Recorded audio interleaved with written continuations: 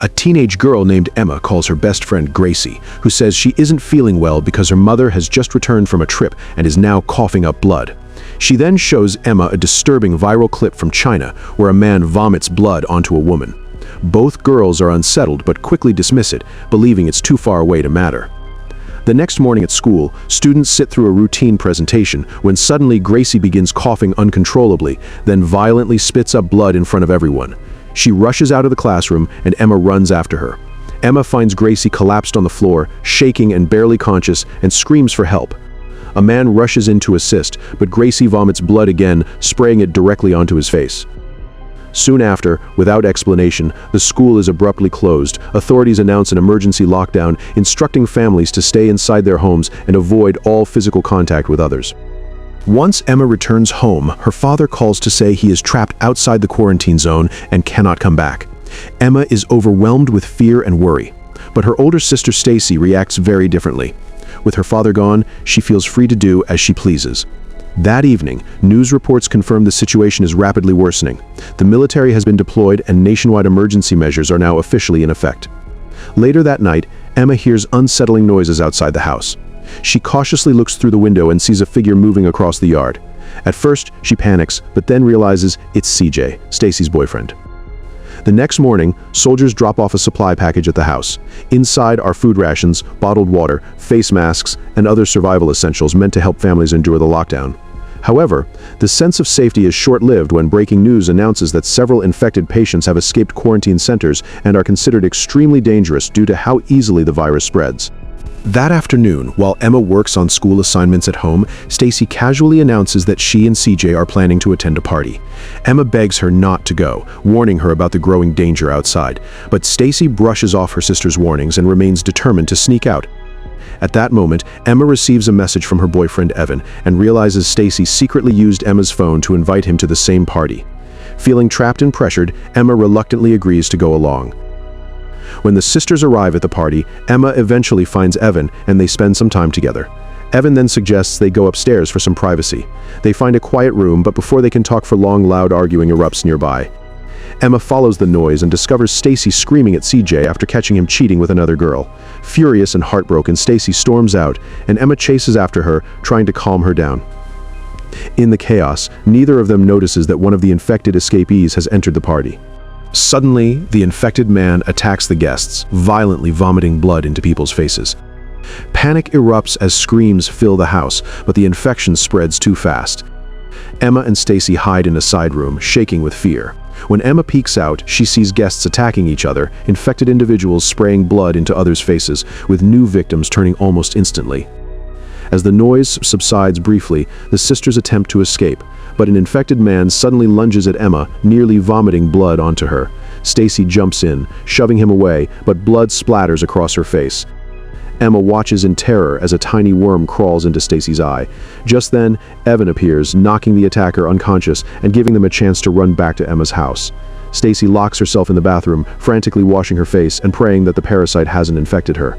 Meanwhile, Emma scrolls through social media, which is flooded with terrifying footage of what is now being called the worm flu.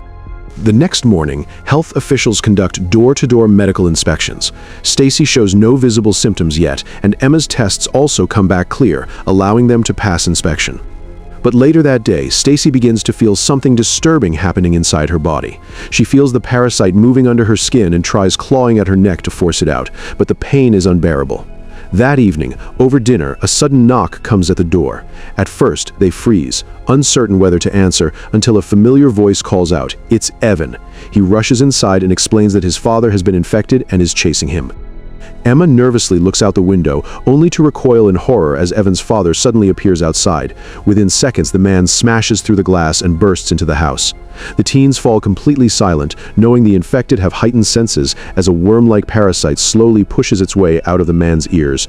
Twitching as it searches for movement, the infected host suddenly lunges at Emma. Just in time, Stacy raises a handgun and fires, killing him instantly with a shot to the head. But moments later, Stacy collapses into convulsions. The parasite inside her has begun to take full control. Emma and Evan drag her into another room and lock the door, desperate to protect themselves. Evan argues that they must contact the military. If soldiers discover Stacy in her condition, they might execute everyone in the house. Emma refuses outright, determined to save her sister and unwilling to hand her over. To avoid drawing attention, Emma paints a warning symbol on the front of the house, making it appear abandoned and contaminated, hoping this deception will convince the military to pass them by. That night, Emma is unable to sleep. Her thoughts drift to her father and something he once told her, that certain parasites could be forced out if their oxygen supply was cut off. They would suffocate and in desperation crawl toward the surface in search of oxygen. CJ, completely unaware of the horror unfolding, arrives at the house looking for Stacy. Hearing his voice, Stacy begs him to unlock the door she's trapped behind. As soon as he gets close, Stacy loses control, attacks CJ, and brutally kills him. Emma and Evan return moments later and are met with CJ's lifeless body. Stacy breaks down and tells them it wasn't her, that the parasite had taken over her body. Emma then quickly prepares a sedative using household items and secretly mixes it into Stacy's food, hoping to keep her unconscious long enough to attempt removing the parasite. Once the sedative takes effect and Stacy falls into a deep sleep, Emma seals the small breathing hole that has formed at the base of Stacy's neck, cutting off the parasite's air supply. Almost instantly, the worm begins thrashing inside her, then forces its way out through the wound. Emma grabs hold of the slimy creature and starts pulling it free. Halfway through, Stacy suddenly wakes up, realizes what's happening, and joins in. Together, they drag the grotesque parasite completely out of her body. As soon as it's free, Evan stomps on it, crushing it to death.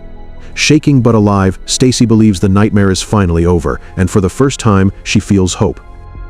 Later that night, Emma jolts awake from a nightmare and realizes Stacy is gone. Panicked, Emma and Evan rush into the streets, searching for her.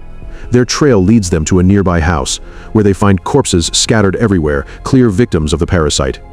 As they explore deeper, they realize the house has become a gathering place, a nest for the infected. Emma accidentally knocks something over, and the noise instantly alerts the creatures. With no choice, she and Evan sprint upstairs, where they find Stacy.